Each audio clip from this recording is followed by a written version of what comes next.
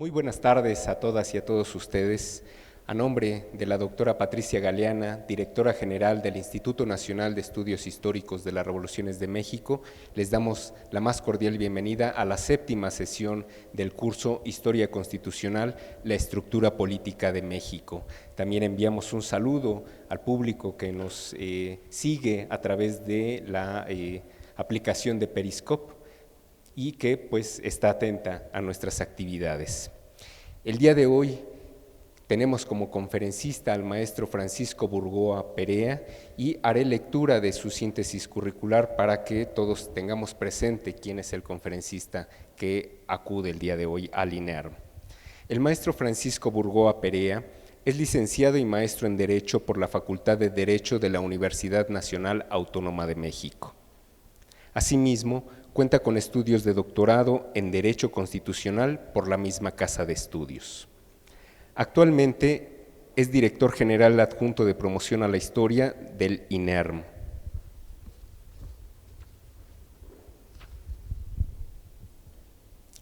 El maestro Burgoa Perea ha colaborado en diversas ocasiones otorgando entrevistas a periódicos y revistas y también en programas de radio y programas televisivos, tanto en México como para consumo internacional. Es asesor editorial del programa radiofónico Diálogo Jurídico, una coproducción de Radio UNAM y la Facultad de Derecho de la UNAM, motivo por el cual ha obtenido el Premio Nacional de Locución en 2011 y en 2013, así como el Premio Alemán de Periodismo Walter Reuter en 2013. El maestro Burgoa es profesor de las asignaturas de Teoría de la Constitución y Derecho Constitucional por la Facultad de Derecho de la UNAM y también por parte de la Universidad La Salle en su oportunidad. Entre las publicaciones que tiene en su currículum podemos destacar las guías de estudio de Derecho Constitucional y Derecho Indígena publicadas por la Facultad de Derecho de la UNAM en 2004. El día de hoy, el maestro Francisco Burgoa Perea nos hablará sobre el contenido de la Constitución política vigente. Démosle un aplauso. Muchas gracias.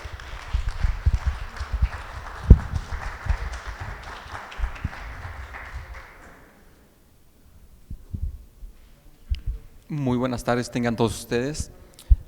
Agradezco la presentación que hizo mi compañero, el maestro David Guerrero. Bien, quiero dar las gracias a la doctora Patricia Galeana, quien es la directora general de este instituto y que también es la secretaria técnica del Comité para la Conmemoración del Centenario de la Constitución, en virtud de que el hecho de tener la responsabilidad de estar preparando las actividades para conmemorar el Centenario de la Constitución, que ya estamos a 11 meses de que se cumpla este primer siglo de vigencia de nuestra Constitución. Aquí en el Instituto, como ustedes saben, se han hecho ya distintos cursos sobre historia constitucional. Este curso en el que hoy nos encontramos es el que nos va a indicar cuál es la organización política del Estado mexicano. A mí me corresponde hablar sobre el contenido de la Constitución.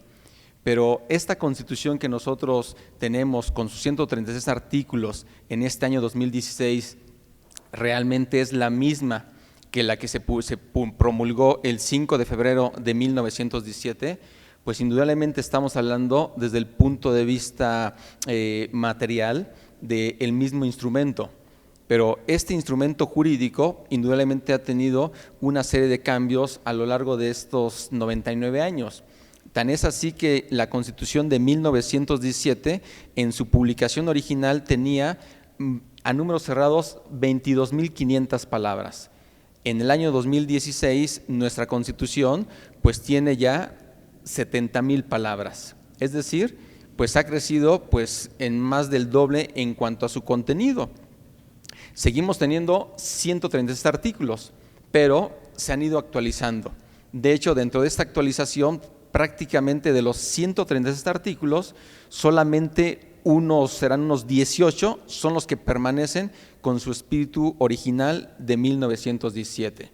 Lo que se ha buscado con todas estas reformas, que no me detendré tanto en este punto porque la próxima semana se abordará ya propiamente dicho todo el recuento de las reformas que ha tenido nuestra Constitución, pero cuando menos sí exponerles cuál es este contenido que tenemos de acuerdo a nuestra Constitución vigente.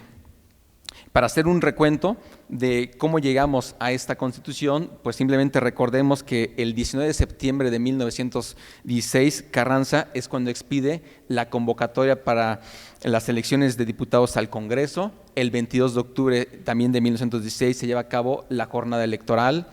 El 21 de noviembre es cuando inician las primeras juntas preparatorias del Constituyente de Querétaro, y el 1 de diciembre 16, es decir, en este año, el próximo 1 de diciembre, estará cumpliendo el centenario de la instalación del Congreso Constituyente de 1916-17, instalado en la ciudad de Querétaro.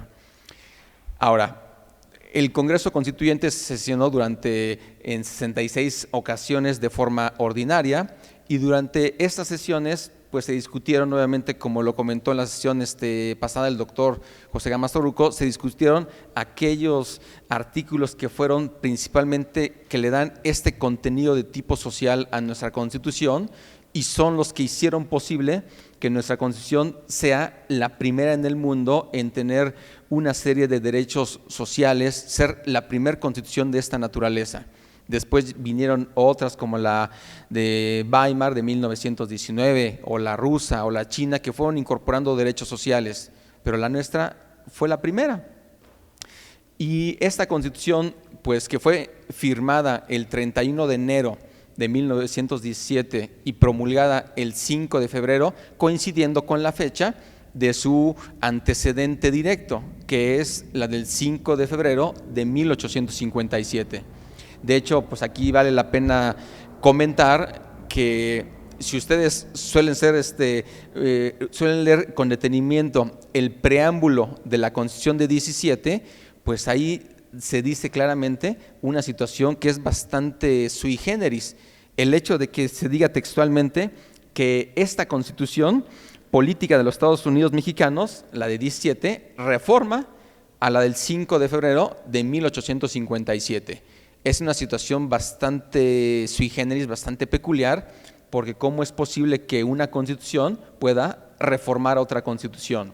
En dado caso, se hubiese planteado como una reforma integral, que es lo que, como en su momento, Carranza lo había pretendido ante el Congreso Constituyente. Sin embargo, derivado de que pues se fueron atendiendo distintas de las demandas provenientes de la Revolución, demandas como materia de propiedad, como el derecho de los trabajadores, educación laica. Estas demandas, al ser incorporadas, pues indudablemente hacen que nuestra Constitución pues sea una Constitución pues materialmente nueva, y de ahí que nosotros pues seguimos refiriéndonos a que esta es la de 1917, aunque tiene su antecedente directo en la de 1857. Entra en vigor el 1 de mayo de 1917, que de hecho a partir del 1 de mayo es cuando ya rinde Venustiano Carranza su protesta ya como presidente constitucional de los Estados Unidos mexicanos. Dentro de esta protesta, aquí vale la pena comentar que esta Constitución en su publicación original tenía solamente 16 artículos transitorios. Esos artículos, pues ahí se iban estableciendo algunas precisiones de cómo iba a entrar, por ejemplo, en vigor la Constitución el 1 de mayo, el tema de las elecciones extraordinarias y algunas otras disposiciones que iban a permitir que nuestra Constitución pudiese ser perfectamente instrumentada. El periodo de Carranza como presidente constitucional, a pesar de haber protestado el 1 de mayo de 17, se empezó a contabilizar a partir del 1 de diciembre de 1916. De ahí que Carranza, su periodo de 4 años, porque así era como originalmente en nuestra Constitución se estableció el tiempo de duración de quien ocupara la titularidad del Poder Ejecutivo Federal, una duración de 4 años. Esos 4 años, en el caso de Venustiano Carranza, eran del 1 de diciembre de 16 al 30 de noviembre pues de 1920. Sin embargo, pues sabemos lo que pues lamentablemente sucedió en Tlaxcalaltongo, Puebla, con el asesinato, y pues que quien viene a asumir la presidencia de forma interina es Adolfo de la Huerta. Entonces, aquí, por ejemplo, vemos que dentro de los distintos cambios que ha tenido nuestra Constitución, ahorita solamente por hacer esta mención, tiene que ver en cuanto a la duración del periodo para ser presidente de la República, que originalmente fue de 4 años, y el primer presidente ya con un periodo de 6 años es Lázaro Cárdenas, en el periodo de 1934 a 1940. Pero bien, ¿cómo está la estructura de nuestra Constitución? ¿Qué tan importante es identificar los distintos capítulos, títulos, secciones que tiene nuestra Constitución? ¿Hasta dónde ha cambiado? ¿Hasta dónde la forma en cómo se encuentra ordenada nuestra Constitución nos permite comprender mejor su contenido? Recordemos que existe un principio jurídico que dice: la ignorancia de la ley no exime su cumplimiento, lo cual es entendible. Pero ¿cómo se puede exigir el cumplimiento de una disposición constitucional o de cualquier otra legislación si de su lectura no se comprende el alcance que tiene o qué es lo que se pretende, qué es lo que nos quiso decir el legislador? Entonces, este es un punto muy importante en donde vemos que lamentablemente nuestra Constitución se ha convertido pues en un instrumento demasiado técnico que de su propia lectura nos cuesta trabajo comprenderla. Y aquí consideramos si para quienes somos abogados, para quienes nos dedicamos al estudio de la Constitución, aún así sabemos que no es fácil su lectura. Aquí, por ejemplo, los puedo invitar a que en algún tiempecito que tengan, solamente hagan el ejercicio de leer el artículo 27 de la Constitución. Leanlo de principio a fin, que es uno de los artículos más largos, y después traten de recordar cuando menos los temas que se fueron tratando en este artículo 27. Y nos vamos a dar cuenta que tiene tantos temas que lo identificamos el 27 solamente en cuanto a la materia de propiedad agraria. Pero bueno, no son solamente esos temas, tienen también el tema de energías, el tema de las aguas, el tema relativo precisamente a la cuestión de petróleo. Ahí se establece también quién va a tener la jurisdicción en la materia agraria, que en este caso esta jurisdicción originalmente le correspondía al presidente de la República, pero a partir de que termina este llamado reparto agrario, esta posibilidad de que se doten tierras, se amplíen ejidos, se doten de aguas a distintos núcleos ejidales, este tema de la conclusión del reparto agrario pues concluye a partir del 6 de enero de 1992, con una reforma en la que ya se le quita al Poder Ejecutivo la facultad jurisdiccional para dársela a los tribunales autónomos especializados en materia agraria, que son los tribunales agrarios, el Tribunal Superior Agrario y los distintos tribunales unitarios agrarios que se encuentran distribuidos en el país. Entonces, ahí vemos cómo ha ido poco a poco evolucionando nuestra Constitución. Pero desde el punto de vista de la teoría constitucional, ¿cómo se va a estar organizando una Constitución? En este caso, nuestra Constitución. De acuerdo a la propia teoría constitucional, toda Constitución debe de tener cuando menos 2 partes, la llamada parte dogmática y la llamada orgánica.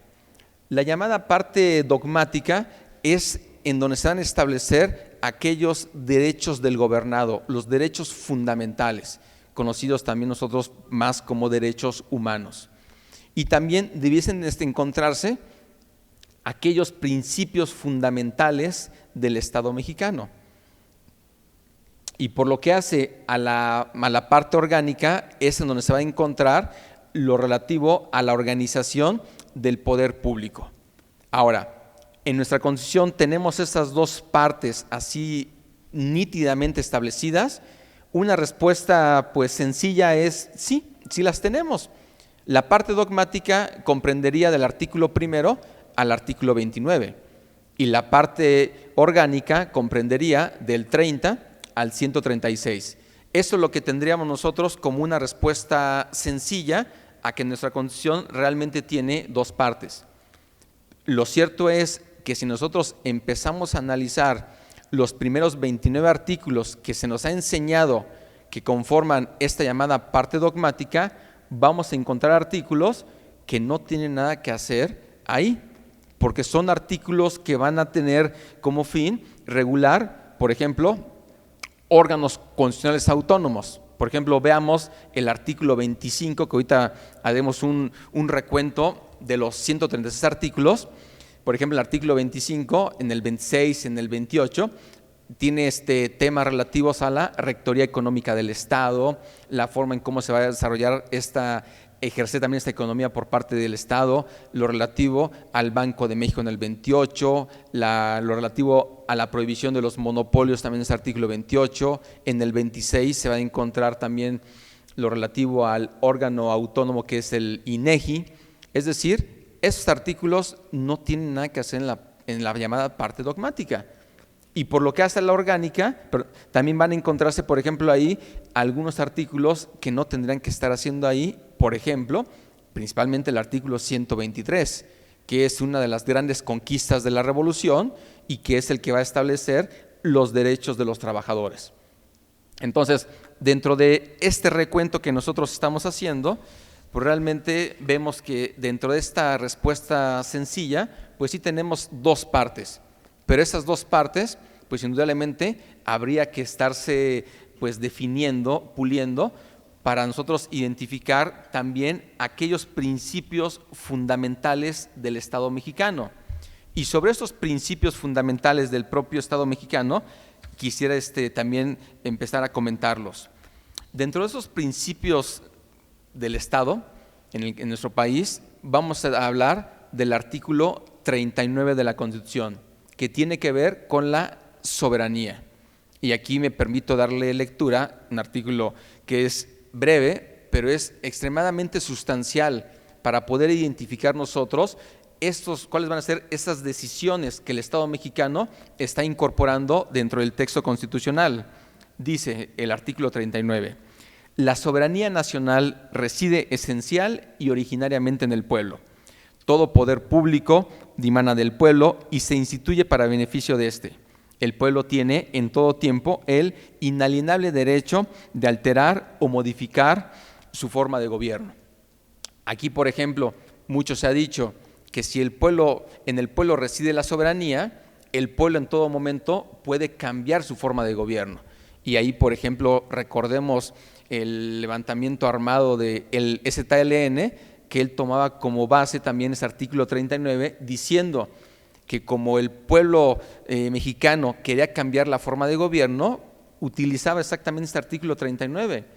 Aquí el único detalle es que si bien es cierto, el pueblo tiene en todo el tiempo el inalienable derecho para cambiar o modificar su forma de gobierno, esto siempre tiene que ser pues a través de las vías institucionales, de las vías pacíficas, porque el hecho de nosotros de identificar que esto pudiese ser a la fuerza, pues imagínense nada más, derivado de tantas situaciones que hemos tenido en el país, pues ya estaríamos transitando pues de una forma de gobierno a otra, de una dictadura, a una monarquía, a una serie de formas de gobierno que solamente porque aparentemente se está haciendo uso legítimo de la soberanía, indudablemente se estaría alterando, pero esto no es así. Y este artículo 39 tiene una pequeña relación con el último artículo de la Constitución, que es el artículo 136. Este artículo 136 es el de la inviolabilidad de la Constitución. Y es importante relacionarlo con el artículo 39 por lo siguiente. Este artículo 136 dice que esta Constitución no perderá su fuerza y vigor, aun cuando por alguna rebelión se interrumpa su observancia. En caso de que por cualquier trastorno público se establezca un gobierno contrario a los principios que ella sanciona, tan luego como el pueblo recobre su libertad, se restablecerá su observancia. Y con arreglo a ella y a las leyes que en su virtud se hubiesen expedido, serán juzgados así los que hubiesen figurado en el gobierno emanado de la rebelión, como los que hubiesen cooperado con esta. Es decir, aquellos que dicen que por el solo hecho de hacer uso del artículo 39, pues indudablemente estarían contraviniendo el espíritu del artículo 136 por lo que hace a la inviolabilidad. Cuando se habla de la inviolabilidad es que toda la Constitución se podría dejar de observar, se podría dejar de cumplir, porque sabemos que dicho de una forma coloquial, lamentablemente escuchamos que en forma diaria se viola la Constitución y de tantas violaciones pues ya no sabe uno qué hacer, si se respeta o no se respeta. Pero aquí no hablamos de una violación parcial a la Constitución o una violación a algún artículo de la Constitución. Aquí hablamos de que se deje de cumplir o de observar absolutamente los 136 artículos. Entonces, nuestra Constitución siempre va a buscar preservar el orden jurídico bajo cualquier supuesto. Y este artículo 136 es lo que está permitiendo hacer que siempre se mantenga la observancia y la vigencia de nuestra Constitución. Y esto vale la pena comentarlo, precisamente porque luego se dan estas interpretaciones en el sentido de que solo bajo el supuesto del artículo 39 podremos estar inmediatamente cambiando la forma de gobierno, o que Chiapas, en ese ejemplo del EZLN, pues él pudiese declarar su independencia. Esto pues no es así. Ahora, el otro artículo que también es importantísimo dentro de las decisiones político fundamentales es el artículo 40 de la Constitución, que también aquí dale lectura que es muy puntual. El artículo 40 dice: es voluntad del pueblo mexicano constituirse en una república representativa, democrática, laica y federal, compuesta por estados libres y soberanos en todo lo concerniente a su régimen interior y por la Ciudad de México, unidos en una federación establecida según los principios de esta ley fundamental. En este artículo 40, que indudablemente es un artículo importantísimo para nuestro país, derivado de que ahí se va a encontrar la forma de gobierno y la forma de Estado. Dentro de estos elementos que integran este artículo 40 y por lo que hace a nuestro gobierno y a nuestra forma de Estado, tiene que ver con que tenemos una república. Y tener una república implica la renovación periódica del titular del Poder Ejecutivo. El hecho de que se puedan renovar en forma constante y de ninguna forma tener pues una dictadura o una monarquía absoluta que sea representativa, pues sabemos que siempre deben existir esta posibilidad de que los ciudadanos se vean representados ante quienes son los que van a tomar las decisiones. Poco a poco se han ido acercando algunos elementos de democracia semidirecta para poder llevarle a los ciudadanos pues de una forma más directa que puedan incidir en la toma de decisiones. Y aquí el ejemplo más claro que tenemos dentro de las últimas figuras que se incorporaron en nuestra Constitución es la consulta popular. Esta consulta popular que implica la posibilidad de someter a la ciudadanía pues actos principalmente de gobierno. El propio artículo 35 de la Constitución, que es el que va a regular el tema de las consultas populares, va a establecer pues quiénes son los que pueden iniciar las consultas populares, pero sobre todo cuáles son los temas que de ninguna forma deben de tocarse.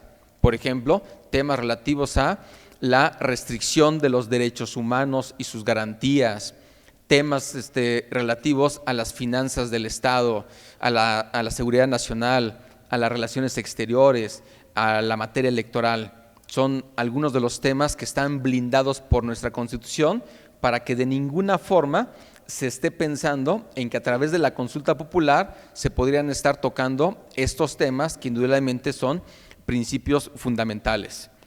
Ahora, dentro de los elementos también tenemos el hecho de tener obviamente una democracia. El hecho de que pues no solamente la democracia la debemos nosotros de entender pues como una forma de gobierno, como una democracia electoral, sino recordando las palabras que se encuentran insertas en el artículo 3 de la Constitución y que son palabras que en su espíritu pues son de Jaime Torres Bodet, que implica que la democracia pues no es solamente una forma de gobierno, sino el constante mejoramiento del pueblo mexicano en el aspecto económico, político y cultural. Entonces, la democracia no solamente la debemos de ver en que es sinónimo de elecciones. Esto es un concepto todavía mucho más amplio que implicaría la posibilidad de que siempre se esté pensando en el bienestar común. Una de los elementos de nuestro Estado es una palabra que suele ser, que es muy sencilla, una palabra de 5 letras que se incorporó en una publicación vespertina, que son inusuales las publicaciones vespertinas del Diario Oficial de la Federación. Esta reforma constitucional es del 30 de noviembre del año 2012, es decir, ya casi que estaba concluyendo el periodo del presidente anterior, de Felipe Calderón. Se ordenó la publicación de una reforma, pues que sabemos que él no la quería, y me refiero a incorporar solamente una palabra, la palabra laica. El hecho de que ya a partir del 30 de noviembre de 2012, pues nuestro Estado es un Estado laico, dicho desde la Constitución. Sabemos que derivado del propio espíritu de la Constitución y de artículos como el 24 relativo a la libertad de cultos o el artículo 130 que consagra el principio histórico de la separación de Estado y de Iglesia, pues indudablemente en su espíritu teníamos un Estado laico, pero en los hechos pues sabíamos que se habían dado una serie de situaciones en los 2 sexenios anteriores, pues de una estrecha relación entre el gobierno con la Iglesia Católica principalmente. Y bueno, aquí también a lo mejor alguien pensará, ¿y qué pasó hace un par de semanas? Ahí ustedes ya tienen su propia opinión de lo que vivimos en un Estado que es laico. Obviamente tener un Estado laico implica tener un Estado neutral, un Estado en el que no va a haber pues una preferencia hacia alguna religión, sino todas deben ser tratadas iguales, y el Estado, principalmente el gobierno, pues es el que no debe de inmiscuirse, cuando menos pues no de la forma en que sabemos que se ha estado dando en los últimos años en nuestro país. Otro elemento de nuestro Estado tiene que ver con el tema de federal, el hecho de tener un Estado federal. Esto implica que vamos a tener nosotros, en nuestro caso, 32 entidades federativas. Estas 32 entidades federativas pues van a implicar que vamos a tener 31 estados y la Ciudad de México. Considerando que apenas el pasado 29 de enero se llevó a cabo esta reforma a la Constitución, pues para ya transitar del Distrito Federal a la Ciudad de México. Igual un poquito más adelante, si quieren, ahí ampliamos algunos comentarios sobre este punto, pero cuando menos constitucionalmente ya desaparece el Distrito Federal, asume la Ciudad de México y sigue siendo la sede de los poderes federales. Ahora, esto implica que vamos a tener este llamado pacto federal, el hecho de que cada uno de los territorios que van a ser entidades, van a estar unidos en una federación, van a ser autónomos en todo lo concerniente a su régimen interior. El artículo 40 de la Constitución establece ahí que van a ser estados libres y soberanos, aunque la soberanía, pues ahí debe ser entendida solo como autonomía, porque la soberanía es la que reside en todo el pueblo mexicano, y no es que entonces resida solamente y la podamos estar seccionando soberanías estatales. Es un concepto pues mal utilizado, pero debe estar enfocado a que simplemente es, si los estados, el estado de Chiapas, el de Chihuahua, y el que pensemos, fuesen soberanos, ¿por qué tienen que supeditarse a una constitución federal? Simplemente es eso. Entonces tienen que supeditar porque ellos solamente van a tener una autonomía que les va a permitir poder expedir pues su legislación, pero siempre atendiendo al marco mínimo de derechos y de obligaciones y de organización política que se va a encontrar y se va a desprender desde la Constitución Federal. Es decir, los estados, cuando van a estar ellos regulando o expidiendo sus distintas legislaciones, tienen que estar pues prácticamente legislando siempre, insisto, con el marco mínimo de lo que dice la Constitución Federal, pero podrán inclusive legislar para ir más allá en la ampliación de derechos. Eso sí lo pueden hacer, pero no pueden ir en retroceso de estar restringiendo algo que la Constitución Federal no lo está restringiendo. Ahora, dentro de estos artículos 39 y 40, insisto que son aquellos que nos van a indicar el tema de la soberanía, de la forma de Estado y de la forma de gobierno, pues prácticamente aquí vemos cómo tenemos estas decisiones político-fundamentales. Pero ahora, ¿qué es lo que pasa en términos de lo que es el contenido estricto de nuestra Constitución en sus 136 artículos? Veamos, el título primero de nuestra Constitución, antes en su publicación original era de las garantías individuales. A partir de la reforma constitucional del 10 de junio del año 2011, se cambia la denominación para que se nombre como actualmente lo podemos ver nosotros, que es de los derechos humanos y sus garantías. Mucho se discutió que por qué se cambia este capítulo primero, por qué esta denominación de este título primero, porque decían, bueno, eso es irrelevante, pero sí es relevante porque solamente recordemos que las garantías individuales eran algunos derechos humanos que el legislador decidió solamente darles la protección en la Constitución vía el juicio de amparo. Entonces, las garantías individuales eran algunos derechos humanos que se escogieron particularmente y se incorporaron a nivel constitucional. Hasta ahí nosotros podíamos identificar el tema de las garantías individuales. Con la reforma de 2011, esta denominación no solamente tiene que ver con un cambio de nombre, sino implica la posibilidad de que dentro de este cambio de nombre separemos perfectamente dos temas. Un tema tiene que ver exclusivamente con el tema de los derechos humanos, de que ahora nuestra Constitución pues no solamente va a estar protegiendo y reconociendo los derechos humanos que se van a encontrar a lo largo de los 136 artículos, sino que nuestra Constitución, por mandato del artículo primero de la Constitución, va a establecer que se deben de reconocer los derechos humanos que provienen de fuente internacional. Es decir, México ha firmado a números cerrados 175 instrumentos internacionales en materia de derechos humanos. 175. ¿Son muchos? Indudablemente sí, lo son.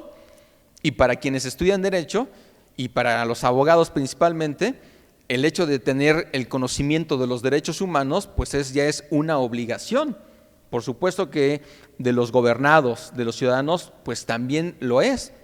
Para nosotros poder estar fomentando una cultura jurídica y saber cuáles son nuestros derechos, no solamente los que se encuentran en la Constitución, sino los derechos humanos, pues indudablemente tenemos también que conocer esos instrumentos internacionales, cuando menos los principales.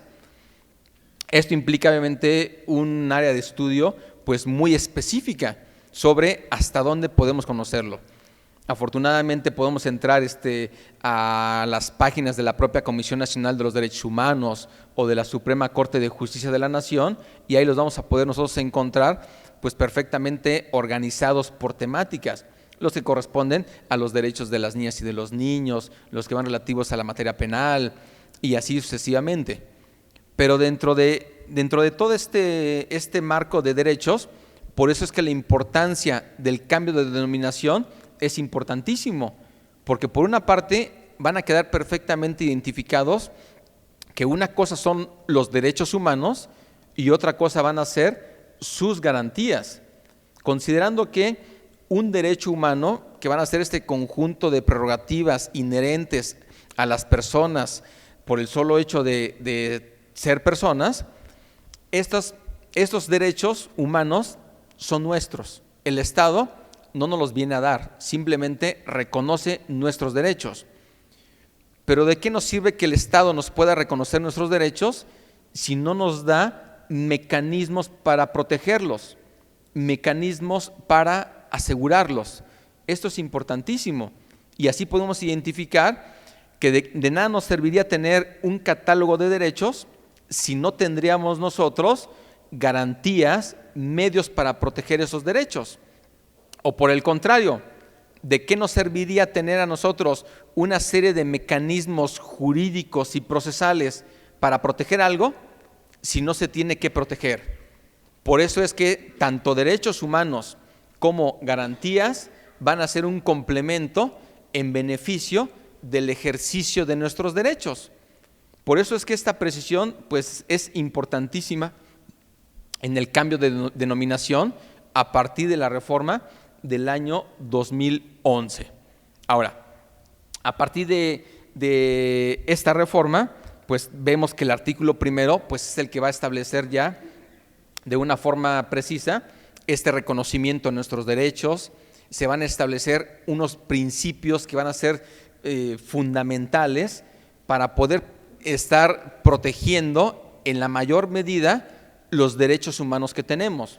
Aquí hay algún tecnicismo que posiblemente para quien no esté familiarizado con esos conceptos le puede parecer un poquito extraño, como es el caso de hablar del principio pro persona, que es aquel principio que las autoridades están obligadas a utilizar para que siempre deban de proteger a los derechos aplicando la norma que más favorezca los intereses de una persona. Insisto, el hecho de que las autoridades puedan estar interpretando y aplicando la norma jurídica que más favorezca a los intereses o a la protección de los derechos de las personas. Eso se encuentra en el artículo primero, y este es, digamos, el nacimiento de tener ya no un Estado de derecho, sino un Estado constitucional. ¿Cuál sería la diferencia entre uno y otro? Cuando hablamos nosotros de un Estado de derecho, hablamos de un Estado de legalidad, de un Estado en el que deben de respetarse las leyes tal cual están escritas. Un Estado constitucional nos va a permitir interpretar las normas siempre pensando en la protección de los derechos humanos. El hecho de que el Estado ya no nada más se conforme con aplicar la norma, sino debe de aplicarla siempre pensando en los derechos humanos.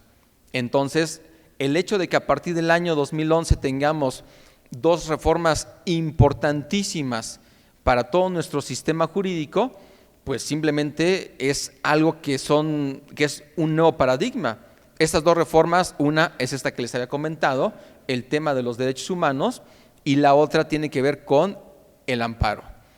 Y esto es porque el 6 de junio de 2011 hay una reforma sustancial al juicio de amparo. 4 días después se lleva a cabo esta reforma en materia de derechos humanos. Y en el caso del amparo, la diferencia sustancial con esta reforma tiene que ver con un punto que puede parecer pues a lo mejor muy sencillo, pero es extremadamente sustancial, en donde el amparo amplió su espectro de protección. Antes el amparo solamente protegía algunos derechos que la Constitución los encontraban ahí estipulados. Ahora, con esta reforma en materia de amparo, lo que se va a buscar es proteger los derechos humanos que se encuentran en la Constitución, pero también en los que se van a encontrar en todos los instrumentos internacionales en materia de derechos humanos que México ha firmado. Entonces, ahí que el amparo antes protegía una esfera de derechos limitada a lo que decía la Constitución, y ahora ya puede estar protegiendo todos los que se van a encontrar en los tratados internacionales en materia de derechos humanos, lo cual es obviamente un tema pues importantísimo. Entonces, este artículo primero pues es el que indudablemente le viene a dar un nuevo paradigma a la forma en cómo vamos a entender los derechos humanos. El artículo segundo de la Constitución pues es el que va a establecer principalmente el tema relativo a que tenemos una conformación pluricultural, el reconocimiento a los pueblos indígenas. Digo, aquí voy a estar haciendo algunos comentarios pues muy rápido, por lo que van a ser cómo va el contenido de nuestra Constitución, cómo se encuentra el contenido de nuestra Constitución. Y al final, en esta ronda de preguntas y respuestas, si alguien quiere que ahonde en algún tema específico del contenido de la Constitución, ya lo estaré abordando. Entonces, para que ustedes vayan ahí considerando algunos de esos elementos de acuerdo a el orden consecutivo de los 136 artículos que tiene nuestra Constitución.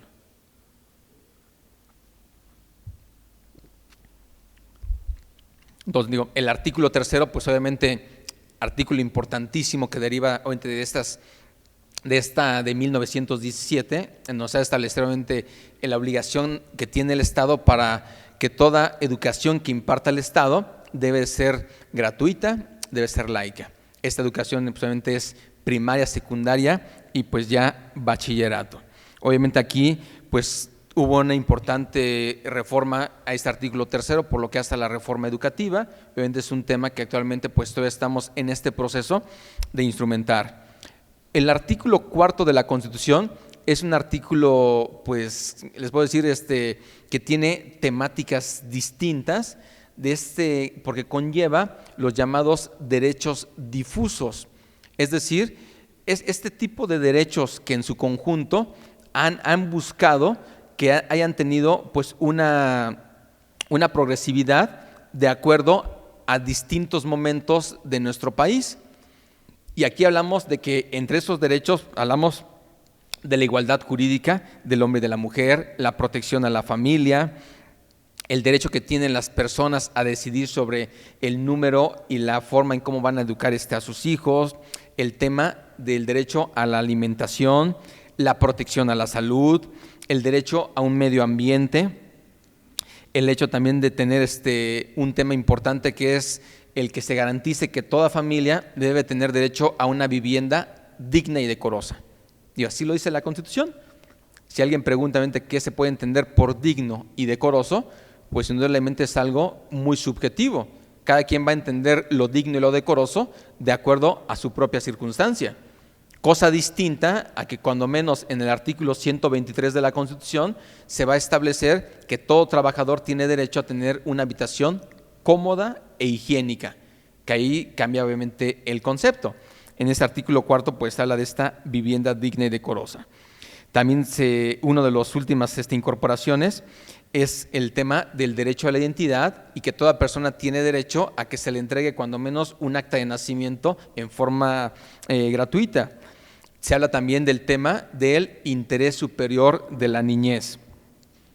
Dentro de este tema también está el tema del derecho al deporte y el tema del derecho al acceso a la cultura. Es decir, el artículo 4º es el artículo de la Constitución que más contempla derechos fundamentales. Digo, esto por la forma en cómo se han ido incorporando, porque cuando menos podemos ir ubicando que hay otros artículos en donde de una forma muy precisa podemos identificar. El artículo 3º es el de la educación, pero el 4º pues, obviamente tiene que ver con una serie de derechos. El artículo 5º pues, nos va a hablar de la libertad que tiene toda persona y el derecho para poder pues, elegir alguna profesión que siempre y cuando sea lícita, un trabajo que siempre y cuando sea lícito. El artículo 6º de la propia Constitución es el que nos va a hablar del tema de la libertad de expresión. Y dentro de este artículo 6º pues, se va a encontrar un órgano constitucional autónomo, que es el INAI, el Instituto obviamente, Nacional de Acceso a la Información Pública. Y también se va a encontrar el tema relativo al derecho a las telecomunicaciones, el derecho al acceso al Internet, a la banda ancha. El artículo 7º obviamente va a establecer la inviolabilidad en la libertad de difundir opiniones. El artículo 8º, que es importante para los ciudadanos, tiene que ver con el llamado derecho de petición. El hecho que nosotros podemos ir ante cualquier autoridad para poderle hacer una solicitud. Esa solicitud siempre tiene que ser respondida, aunque sea en sentido negativo, pero tiene que ser respondida. El artículo 9, el derecho a la libre asociación. El artículo 10, el derecho a la posesión de armas. El artículo 11 tiene que ver con la libertad de tránsito, algo que luego muchas veces no tiene una precisión, porque luego se piensa que el derecho de tránsito es también el derecho de los vehículos. Digo, es un tema indudablemente discutible, porque alguien dice, en el momento que hay una manifestación y cierran la avenida, pues me están privando de mi libertad de tránsito porque no puedo pasar con mi vehículo. Pero bueno, aquí nada más la cuestión es que la libertad de tránsito obviamente es en forma totalmente individual, es en forma personal. Y ahí ante una manifestación, pues indudablemente hay la posibilidad de ponderar pues dos tipos de derechos, entre la libertad de tránsito y entre pues la libertad de poder expresarnos. El artículo 12, pues en donde no se van a conceder títulos de nobleza. El artículo 13, que nadie puede ser privado por leyes, nadie puede ser juzgado por leyes especiales ni privativas. Es decir, no existe la posibilidad desde nuestra Constitución que se puedan estar creando tribunales para juzgar a una sola persona o a un solo grupo de personas. Pensemos, por ejemplo, en los tribunales de Nuremberg, en donde fueron tribunales exprofeso que se crearon para juzgar, obviamente, a personas por delitos de lesa humanidad. Digo, este tipo de tribunales que sean creados para conocer los delitos de una persona o de varias están totalmente prohibidos, cosa distinta y no confundirlos con los llamados tribunales especializados. Los especializados obviamente se van a dedicar al estudio de una sola materia. El Tribunal Superior Agrario es un tribunal especializado en materia agraria. El de Justicia Fiscal Administrativa, pues solamente solo en esta materia. El Federal de Conciliación y Arbitraje, pues solamente en materia laboral, por lo que hace al apartado B del artículo 123 de la Constitución, que es el que va a establecer todo lo relativo a las relaciones entre los trabajadores que presten servicios al Estado mexicano.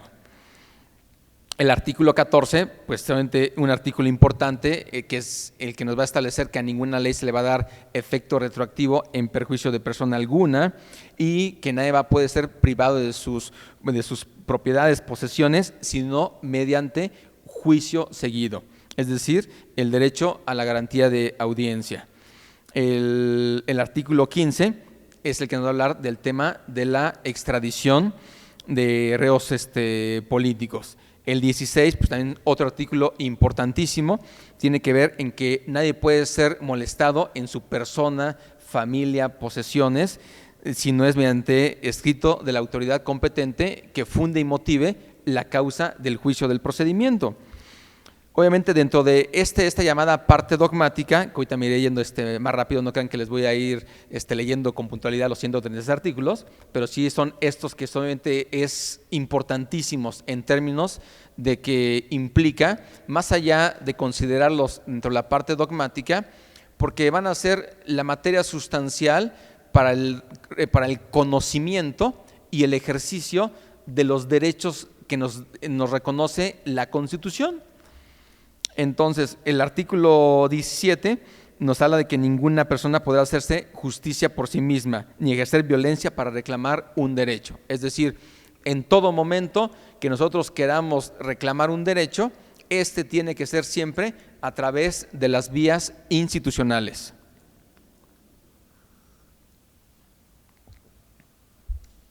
El artículo 18 nos indica que solo por delito que merezca pena privativa de libertad habrá lugar a prisión preventiva.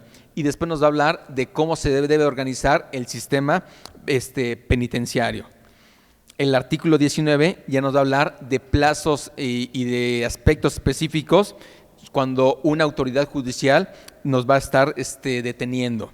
Esto es para efecto de que se van a establecer un plazo pues, de 72 horas antes de que la autoridad, de que sea puesto a la disposición de la propia autoridad judicial. El artículo 20, que también es un artículo importantísimo, nos va a indicar lo que tiene que ver con las reglas del proceso penal. Esto es, aquellos llamados juicios orales A partir de la reforma del 16 de junio del año 2008, nosotros vamos a transitar de un modelo de un sistema penal que antes era inquisitorio escrito a ir ahora a uno acusatorio oral, es decir, en donde la oralidad va a jugar un papel fundamental en la forma en cómo se debe de impartir justicia. Entonces, a partir de esta reforma de 2008 se estableció un plazo máximo para que los juicios orales puedan ser una realidad en todo el país. Estos juicios orales, pues indudablemente implicaría que a más tardar el próximo 16 de junio en todo el país se pudieran hacer realidad este tipo de juicios orales. Sin embargo, pues sabemos que el tiempo ya nos está alcanzando y aún no tenemos la posibilidad de que podamos ver hasta este momento que el Estado mexicano pueda cumplir con esta obligación constitucional para la aplicación de los juicios orales en todo el país. También en este artículo 20 se van a encontrar algunos, lo que son el catálogo mínimo de los derechos que tiene toda persona imputada, así como los derechos de la víctima o del ofendido. De hecho, aquí les quiero hacer un comentario. Con motivo de las actividades del centenario de la Constitución, aquí el Instituto Nacional de Estudios Históricos de las Revoluciones de México, en colaboración con la Comisión Nacional de los Derechos Humanos, ha publicado unas cartas de derechos constitucionales. Estas son 6 cartas que se les van a entregar, me adelanto, al final del curso, que son cartas que se van a establecer sobre temas específicos de qué es una constitución, qué son los derechos humanos, qué implica conocer el artículo 1 de la Constitución, los derechos de las víctimas, de los ofendidos, de los imputados en un proceso penal, el derecho de acceso a las tecnologías de la información. Es decir, este tipo de elementos se acaban de publicar y los tenemos pues ya casi listos para que se les puedan obsequiar al final del curso. Es importante cuando ven ustedes que tengan esta referencia, en virtud de que dentro de estas actividades conmemorativas para los 100 años de la Constitución, lo que se busca es fomentar una cultura jurídica, promoverla. Saber que conocer nuestra Constitución y cumplirla, pues va a tener un beneficio obviamente personal y colectivo. Entonces, en la medida que mejor conozcamos nuestros derechos, pues es en la mejor medida que vamos a poder nosotros saber cómo los podemos proteger o ante quién podemos reclamar que se nos proteja o que se nos restituya en aquel derecho humano que se nos haya sido violado. Entonces, ahorita este paréntesis viene precisamente por el contenido de este artículo 20 de la Constitución. El artículo 21, pues tiene que ver también sobre el Ministerio Público, el ejercicio de la acción penal y algunos elementos importantes sobre la forma en cómo se deben de estar organizando las instituciones de seguridad pública. El artículo 22 es el artículo en donde se va a establecer ya de una forma explícita la prohibición de la pena de muerte en nuestro país. De hecho, la pena de muerte se quedó totalmente eliminada a partir de la reforma constitucional del 9 de diciembre del año 2005. Es decir, apenas recientemente se cumplieron 10 años de que de una forma explícita quedó eliminada la pena de muerte en nuestra Constitución. Que si bien es cierto que aunque se encontraba vigente, no era aplicada, pero sí era importante que pudiera ser nuestro país congruente con la política de derechos humanos. Entonces, a partir del año 2005, del 9 de diciembre, ya en nuestra Constitución quedó expresamente eliminada la pena de muerte. También se van a establecer el tema de la llamada extinción de dominio. El artículo 23 nos habla de que ningún juicio criminal va a tener más de 3 instancias. Es decir, se contempla en que todo juicio o proceso siempre va a tener la posibilidad de irse a distintas instancias, distintos órganos competentes para poder conocer, resolver y decidir sobre algún caso concreto controvertido. Un juez de primera instancia, magistrados que integran una sala en materia de apelación o irse hasta un tribunal colegiado para efectos de un amparo directo en contra de sentencias definitivas.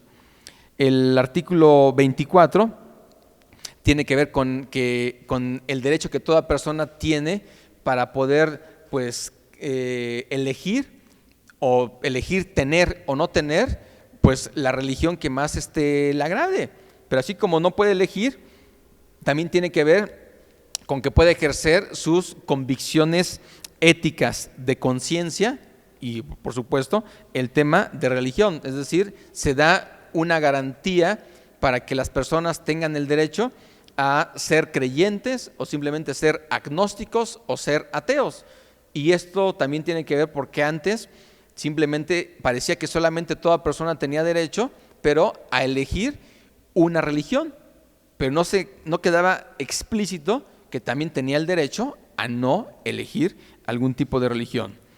El artículo 25 que les comentaba hace un rato, en el sentido de que este artículo 25 de ninguna forma pues se puede considerar como un derecho humano, porque se va a establecer que corresponde al Estado la Rectoría del Desarrollo Nacional para garantizar que éste sea integral y sustentable, y que obviamente se debe sustentar esto en un régimen democrático. Y aquí pues se va a establecer esos aspectos que tienen que ver con esta rectoría del Estado. El artículo 26 se habla de la planeación democrática del propio Estado mexicano. Se habla en el apartado B sobre este órgano autónomo que les comentaba, que es el INEGI, y el INEGI pues obviamente no podemos considerar que es un derecho humano, sino simplemente se fue incorporando. También el CONEVAL, el Consejo Nacional de Evaluación de la Política de Desarrollo Social, se encuentra en el artículo 26, en el apartado C.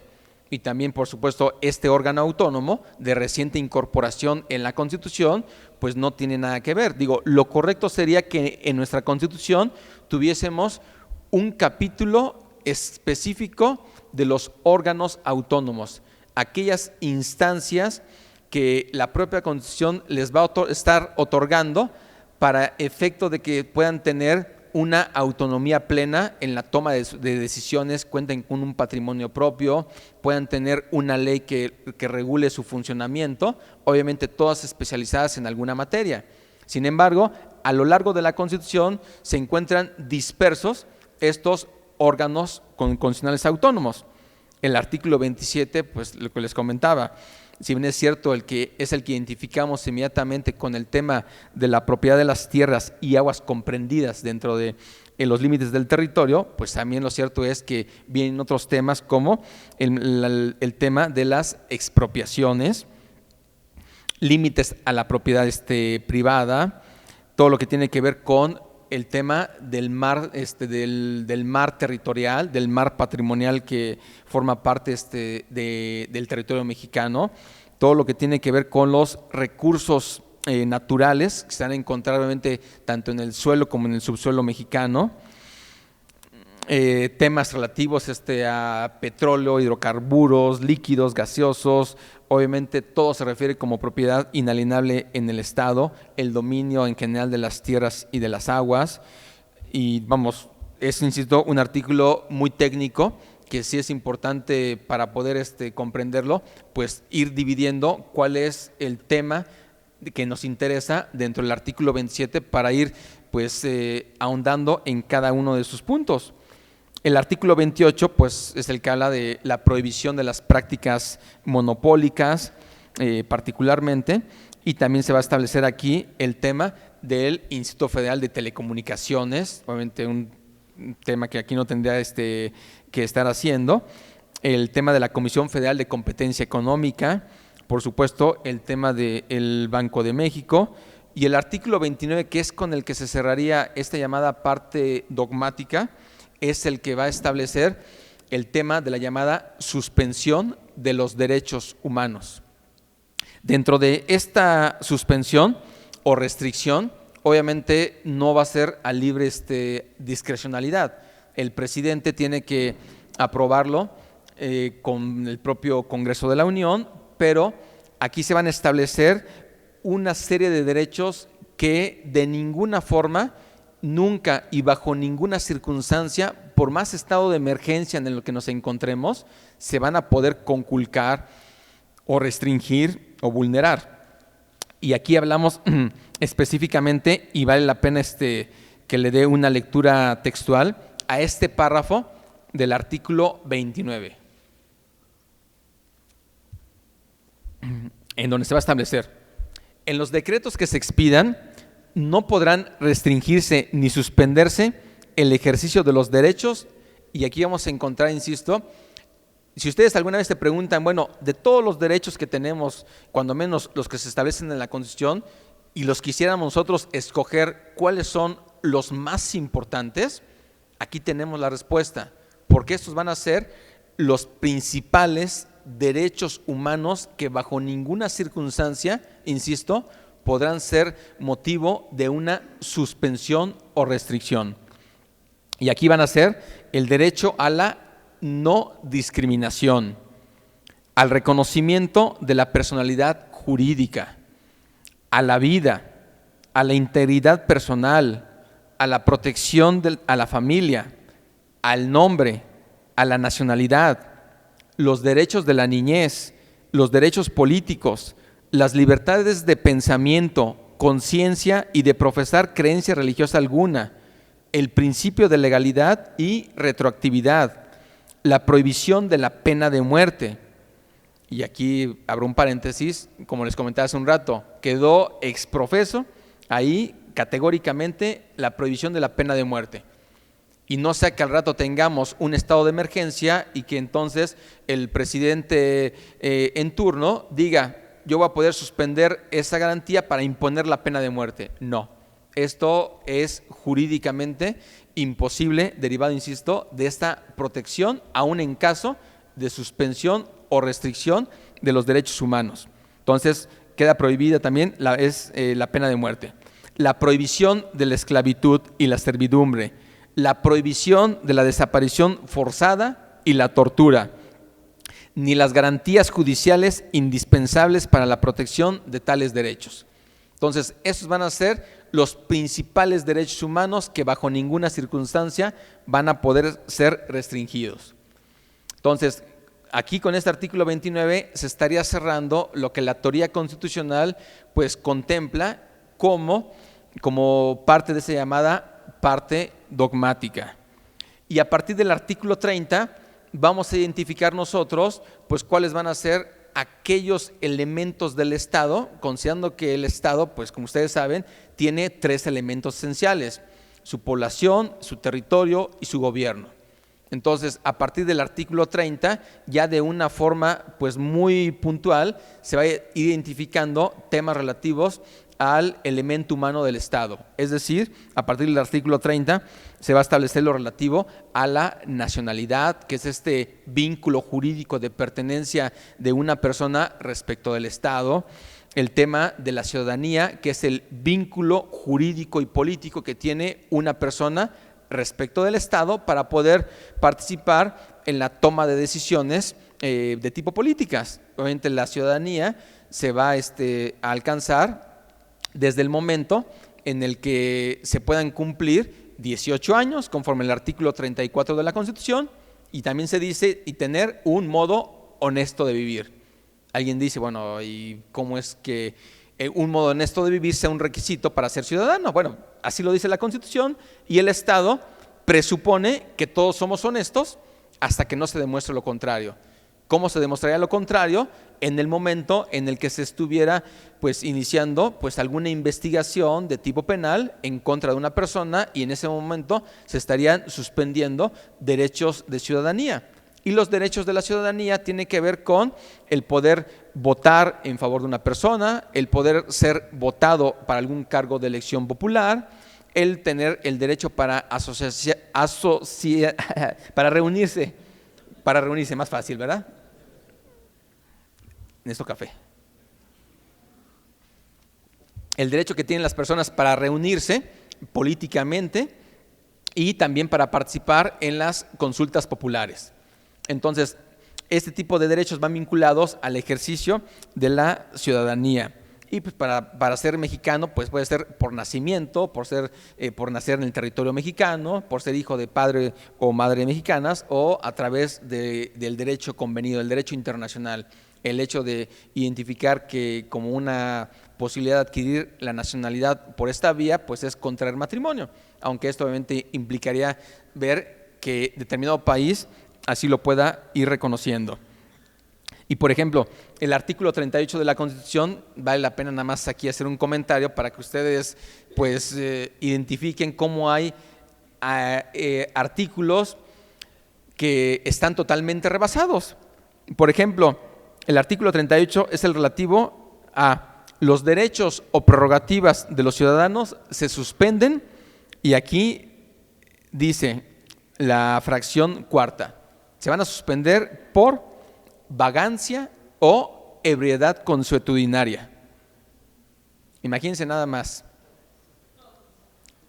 Digo, aquí es una situación pues bastante peculiar, porque obviamente bajo ese supuesto, ¿cuántos se encontrarían? Digo, ahí sí hablo de se encontrarían en cuanto a que sean vagos o que tengan una ebriedad consuetudinaria. Digo, ahí tendríamos que ver exactamente cuántas personas le rinden culto a Baco en forma diaria y cuántos en forma esporádica, pero bueno, digo, son cosas que indudablemente se encuentran desfasadas de nuestra Constitución y que es importante irlas definiendo.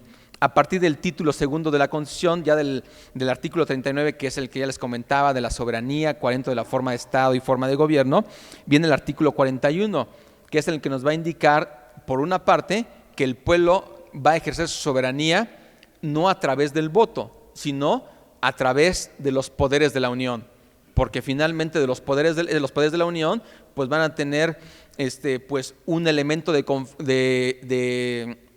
organización y de elección de tipo democrática popular, por lo que hace al Ejecutivo y al Legislativo. En el caso del judicial pues no es así. Y después el artículo 41 va a establecer lo relativo a los partidos políticos y el tema de las elecciones con la organización del Instituto Nacional Electoral. A partir del artículo 42 se va a establecer las partes que comprenden el territorio nacional, que a partir del artículo 42 y este capítulo segundo es el que va a establecer el llamado capítulo geográfico de nuestra Constitución, el elemento del territorio del Estado mexicano, en donde pues van a encontrar, por ejemplo, en el artículo 42, las partes de la federación, que van a ser las 32 entidades federativas, las islas, los arrecifes, los mares adyacentes, las islas de Guadalupe y las de Revillagigedo. Y aquí vale la pena decir que en algún momento, en este artículo 42, teníamos la llamada isla de Clipperton, o conocida también como la isla de la Pasión. Pero derivado de que en algún momento, que es un atolón que se encuentra frente a las costas de Michoacán, a poco más de un promedio de 100 kilómetros, y que formaba parte del territorio mexicano, pues un día llega a Francia y nos quiere reclamar la propiedad de ese atolón. Y nosotros, bajo el supuesto de que pues el que nada debe, nada teme, pues decidimos aceptar someternos a un arbitraje encabezado por el rey de Italia. Y estamos hablando, no estoy hablando de hace 200 años, estamos hablando de la década de los 30, 1934. Entonces, de ahí que ya sometido bajo arbitraje, el rey de Italia falla a favor de Francia, a pesar de que México demuestra histórica, jurídica y cartográficamente que le correspondía la propiedad. Y simplemente pues nos quedamos solamente viendo cómo una parte pues puede ser en términos territoriales muy pequeña, pero en términos significativos pues sí es algo que finalmente duele.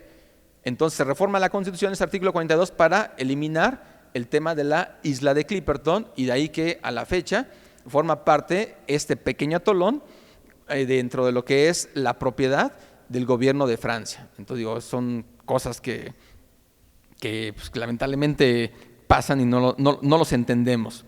O por ejemplo, artículos que no tendrían nada que hacer dentro de una Constitución y que sí deberían de formar parte, en su caso, de un artículo transitorio. Y por ejemplo, me refiero específicamente al artículo 47, en el que dice: el estado de Nayarit tendrá la extensión territorial y límites que actualmente comprende el territorio de Tepic.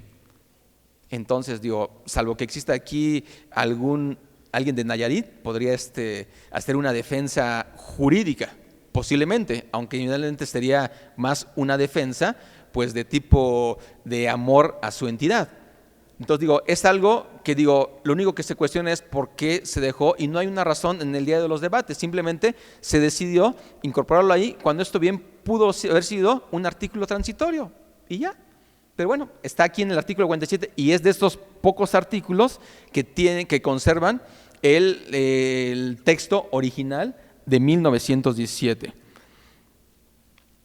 Y bueno, por ejemplo, ya a partir del título tercero se habla ya del artículo 49 que tiene que ver con que el supremo poder de la federación se va a dividir para su ejercicio en legislativo, ejecutivo y judicial. A partir del artículo 50 de la Constitución va a venir todo lo relativo a cómo se va a organizar el poder legislativo en un Congreso General, el cual se deposita en dos cámaras, una de diputados que tiene 500 integrantes y una de senadores que va a tener 128.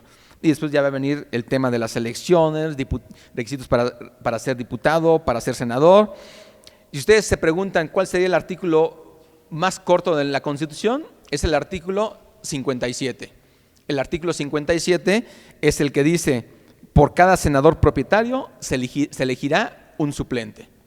Eso es el artículo 57, digo, pero en cambio hay otros artículos que son totalmente largos como el 27, el 41, el 122, el 123, pero solamente va a tener 7 palabras. Después, dentro de estos artículos, vale la pena comentar el artículo 71 que tiene que ver quiénes son los que van a tener el derecho a iniciar leyes. Y el derecho que tienen a iniciar leyes de tipo federal, incluyendo una reforma a la Constitución, va a ser el presidente de la República, los diputados y senadores al Congreso de la Unión, las legislaturas de los estados y una incorporación de apenas hace 4 años, por lo que hace a que nosotros como ciudadanos vamos a poder presentar iniciativas siempre y cuando sea en un equivalente al 0.13% respecto de la lista nominal de electores. Es decir, en lo individual nosotros no podemos presentar una iniciativa ciudadana. Y ustedes a lo mejor dirán, pero eso es injusto. Veámonos también en otra perspectiva. Imagínense nada más que todos podamos presentar una iniciativa en lo individual y que derivado de este curso ustedes salgan muy motivados, como debe ser, por supuesto. Dije del curso, no de esta sesión, ¿verdad? Que salgan ustedes muy motivados y vayan a presentar iniciativas. ¿Ustedes creen que así con las iniciativas que los propios diputados y los propios senadores actualmente tienen y que no se dan abasto, no pueden dictaminarlas? ¿Ustedes creen que recibir 1,000 más por mes o 2,000 o 10,000 por año o las que correspondan las van a poder legislar? Es algo que es realmente imposible.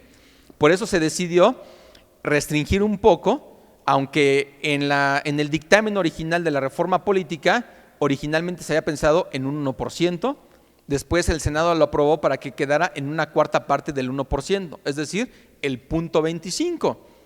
Pero cuando se empieza a discutir en la Cámara de Diputados, empezaron ahí a discutir sobre, era mejor en lo individual y después que no, y después que sí. Entonces para pronto dijeron, ¿saben qué?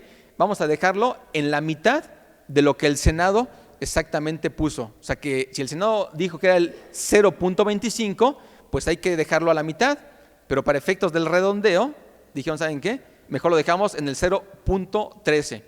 Y considerando un universo de 80 millones en la lista nominal, ese 0.13 equivale a un promedio de 100,000 firmas, que obviamente tampoco es algo sencillo. Entonces digo, es un tema que ahí se encuentra. El artículo 73 de la Constitución, vale la pena, que es el relativo a las facultades del Congreso. Aquí vale la pena hacer el siguiente comentario.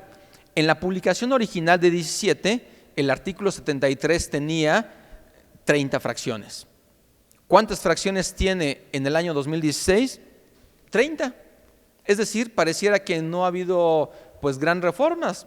El detalle es que sí ha tenido muchas reformas porque es el artículo que más ha sido reformado. Aquí tenemos que tiene, son 76 reformas más o menos, si no me equivoco, 76, las que tiene este propio artículo 73 de la Constitución. Pero lo más curioso de todo es que si ustedes ven la fracción 29, se van a encontrar que en el año 2016 se encuentra la fracción 29 A, B, C, D, E, F, G, y así hasta llegar a la letra W. Es decir, en la fracción 29 se encuentran otras 30 fracciones. Entonces es una cuestión ahí bastante peculiar. Insisto, en 17 teníamos 30 fracciones, en el artículo 73, hoy seguimos teniendo 30, nada más que con el pequeño detalle que en la fracción 29 están otras 30 fracciones ahí. Entonces, veremos exactamente hasta dónde sigue creciendo.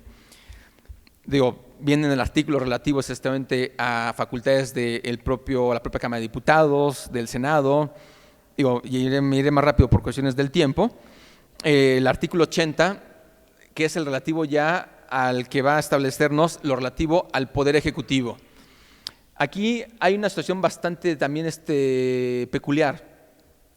El artículo 49 de la Constitución nos habla de que se deposita el supremo poder de la Federación en legislativo, ejecutivo y judicial. Nos damos con el inicio del artículo 50 y nos habla que el poder legislativo federal se deposita en un Congreso General. Nos damos al artículo 94 de la Constitución, que es el relativo al Poder Judicial, y dice: el Poder Judicial de la Federación se deposita en una Suprema Corte de Justicia, en un tribunal electoral, en tribunales colegiados unitarios de circuito y en juzgados de distrito. Pero el artículo 80 nos dice: se deposita el ejercicio del Supremo Poder Ejecutivo de la Unión en un solo individuo que se denominará Presidente de los Estados Unidos Mexicanos. Es decir, se le da una preeminencia con el adjetivo de supremo al Ejecutivo, cuando se supone que, de acuerdo a la teoría de pesos y contrapesos, los tres poderes debiesen de estar siempre en un mismo plano. Y sin embargo, con un adjetivo que le corresponde al supremo poder de la Federación, también se le está dando al propio Poder Ejecutivo. Y bueno, el artículo 81 nos habla que la elección del presidente va a ser en forma directa, es decir, vamos a elegir directamente a través del voto a quien nosotros pensemos que va a ser el presidente de la República. Cosa distinta, por ejemplo, el caso de los Estados Unidos de América, en donde ahí la elección va a ser una elección indirecta. Allá los ciudadanos eligen a los grandes electores, que a su vez son los que van a elegir al presidente. Aquí dentro de este artículo, dentro de este capítulo relativo al Poder Judicial, pues vale la pena comentar que el artículo 84 ya nos empieza a decir qué es lo que pasa en caso de falta absoluta del presidente, en donde actualmente si hay falta absoluta, quien va a asumir la titularidad automáticamente y en forma provisional va a ser el secretario de Gobernación.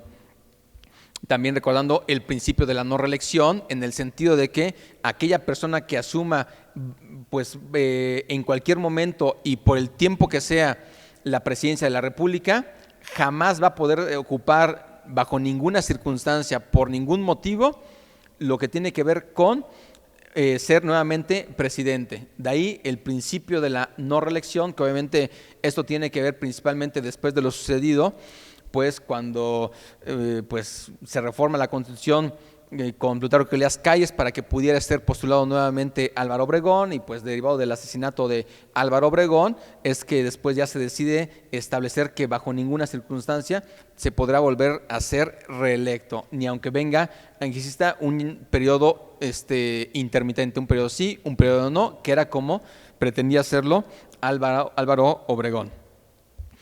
A partir del artículo 94, ya les comentaba, tiene que ver con el tema relativo al Poder Judicial Federal, y aquí dentro de este capítulo relativo al Poder Judicial, pues simplemente vale la pena decir que dentro de esta necesaria reordenación del texto constitucional, pues habría que trasladar a otro lugar un artículo que tiene que ver con el 102, porque el 102, si ustedes ven la Constitución y se encuentran que estamos en el capítulo del Poder Judicial y después se encuentran que en el capítulo del Poder Judicial se encuentra el artículo 102 y el artículo 102 nos habla en el apartado A de la Fiscalía General de la República, lo que hoy conocemos todavía como la Procuraduría General de la República. Digo, solamente estamos esperando a que el Congreso de la Unión expida la ley orgánica para que ya se haga el tránsito de una PGR a una FGR. Entonces, esta fiscalía se encuentra en el capítulo del Poder Judicial y, por supuesto, no tiene nada que hacer ahí y más que va a ser un órgano autónomo. Y por lo que hace al apartado B, es el que nos va a hablar de un órgano autónomo que es la Comisión Nacional de los Derechos Humanos. Entonces, tampoco la Comisión Nacional de los Derechos Humanos es Poder Judicial. Digo, como parte de lo que ustedes van identificando lo que tenemos ahí.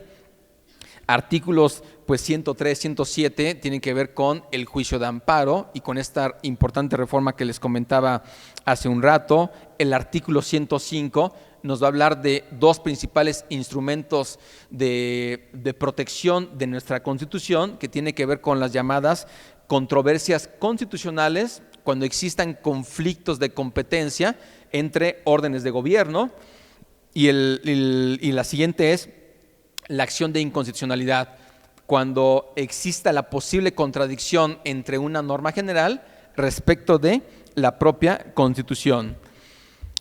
Después vamos a tener lo relativo al título cuarto de la Constitución, que ese también pues cambia el año pasado, que antes el título cuarto era relativo a la responsabilidad de los servidores públicos. Actualmente ya no solamente es de los servidores públicos, sino también de los particulares vinculados con faltas administrativas graves o hechos de corrupción, es decir, de donde van a ser el Sistema Nacional Anticorrupción, de un tema que también aquí se expuso el año pasado en este foro, analizando el contenido de la Constitución, y también se va a contemplar el tema de la responsabilidad patrimonial del Estado. Posteriormente vamos a tener, a partir del artículo 115, el capítulo relativo a los estados de la Federación y de la Ciudad de México. En el artículo 115, lo relativo al municipio libre. En el artículo 116, pues los aspectos mínimos que todas las entidades federativas deben de tener en sus propias constituciones, por lo que hace a la forma en cómo se va a organizar su propio poder público. Van a encontrarse también el artículo 122, que es el relativo a la Ciudad de México. A partir del artículo 123 de nuestra Constitución, se va a encontrar el título sexto, que es el del trabajo y la previsión social, obviamente con todo lo que conlleva ya la regulación a detalle de los derechos de los trabajadores en el apartado A, el apartado B, pues relativo a esas relaciones entre los trabajadores al servicio del Estado. Y pues a partir de lo que tiene que ver con el título séptimo, tiene que ver con prevenciones generales, aspectos relativos a algunas generalidades que nuestra Constitución va a prever, como el hecho de que ningún individuo puede desempeñar dos cargos de elección popular, no puede hacerse ningún pago que no esté comprendido en el presupuesto, la protesta que deben de rendir los servidores públicos al momento de tomar un cargo, el hecho de que en tiempo de paz ninguna autoridad militar puede ejercer más funciones que las relativas con su estricta naturaleza, el artículo 130 con el principio histórico de la separación Estado e Iglesia, la facultad que tiene la Federación para poder gravar las mercancías que se importen o se exporten, el 132 que nos habla de que los fuertes, cuarteles y almacenes de depósito y demás bienes inmuebles destinados por el gobierno deben estar siempre sujetos a su jurisdicción. El artículo 133, que es el que nos va a hablar del principio de la supremacía de la Constitución, que siempre la Constitución debe estar por encima de cualquier ordenamiento, y tratándose de los instrumentos en materia de derechos humanos, se consideran que deben de encontrarse en el mismo nivel, a menos de que exista una contradicción, porque si existiese una contradicción entre la Constitución y un instrumento internacional, en materia de derechos humanos, la Corte nos ha dicho que lo que debe de prevalecer es la Constitución. Y aquí, por ejemplo, un ejemplo que les doy es el tema del arraigo, en donde la Constitución pues dice que es, al encontrarse en la Constitución, es constitucional, valga la redundancia, el arraigo. Pero si nosotros lo confrontamos con la Convención Americana de los Derechos Humanos, pues vemos que ahí existe una violación al principio de la presunción de inocencia. Porque ¿cómo es posible que se nos arraigue en donde la autoridad primero nos detiene, nos confina en un lugar, investiga, y ya que investiga, entonces ya nos podrá poner eventualmente a disposición de una autoridad, cosa que no debiese ser, además de que se nos está violando también nuestra libertad de tránsito. En esos casos la Corte dice, como hay una contradicción entre la Constitución con un instrumento internacional en materia de derechos humanos, lo que debe de prevalecer es la Constitución. Por lo tanto, el arraigo es constitucional. Sería bastante pues sui generis de pensar que la Constitución misma contiene normas que van en contra de su propio espíritu. Bueno, así es como tenemos esta cuestión de la supremacía constitucional. El artículo 135, pues es el que nos va a hablar del procedimiento de reformas a la Constitución, un procedimiento en el que se dice que para que pueda ser reformada nuestra Constitución, debe ser aprobada esta reforma por el voto de las 2/3 partes de los integrantes del Congreso de la Unión, es decir, de una mayoría calificada, y posteriormente que deba ser aprobado por la mayoría de las legislaturas de los estados, y aquí ya se permite que la Asamblea Legislativa de la Ciudad de México participe en reformas constitucionales, cosa que antes no se le permitía. Entonces, aquí tiene que ver con el tema de las reformas a la Constitución, y el 136 que les comentaba hace un rato es el de la inviolabilidad de la Constitución.